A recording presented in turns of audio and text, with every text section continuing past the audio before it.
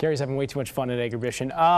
Okay, Andrew Rink, Justus Smith are here for Getting Real with Real Estate. Now, in the past, we've talked about home inspections and how those things are used to find out if a home is structurally sound. But there's some other concerns that buyers will have when it comes to things like stigma. But what is exactly stigma of a home? Well, okay, a stigmatized property, there's no real answer to what a stigma is, because stigmas are largely influenced by subjective factors.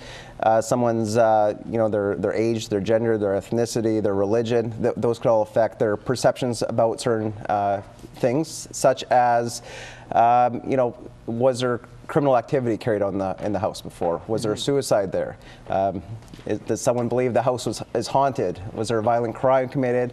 Was maybe a former gang member lived in that house? Those are all issues that might influence someone's willingness to purchase a property, so they become stigmas. Does the seller have to disclose what the stigma is?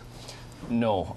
If they're asked directly by the buyer or the buyer's agent of any of these issues that Justus brought up, they don't have to. They can answer it directly if they want, or they can decline to answer the question and ask the buyer to do their own investigations. And what options does a buyer have to investigate these so-called stigmas?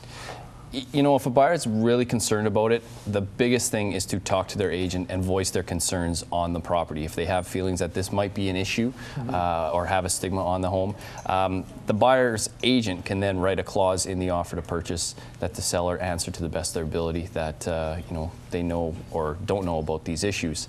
If that doesn't work, I mean, there's always the option of knocking on neighbors' doors and asking, was there asking any... around the neighborhood? Well, I'm sure there's someone on the neighborhood that's lived there for 20, 30 years that might have an indication of what's happening in that home. Really, it comes down to buyer beware at the end of the day. And last question, I guess, would be the cost. Like how, if there is a stigma to a home, does it affect the cost? Would it on the market? You can't really measure subjective value because it is influenced by someone's, what they feel about the house. So some things are different. Former grow-ups, they might affect the structure of the house. There's an objective reason why the price might be different, but for those other factors, it's subjective. But yeah, as buyer's agents, we do have to disclose any material information that will affect the buyer's decision, but we can't read a buyer's mind. So it's important for a buyer to let their agent know if there's anything that they're concerned about, a stigma that they could just then be asked about. Right on, great tips. Andrew Rink and Justus Smith from Getting Real with Real Estate. PropertyPartnersRealty.com is how you can get a hold of them.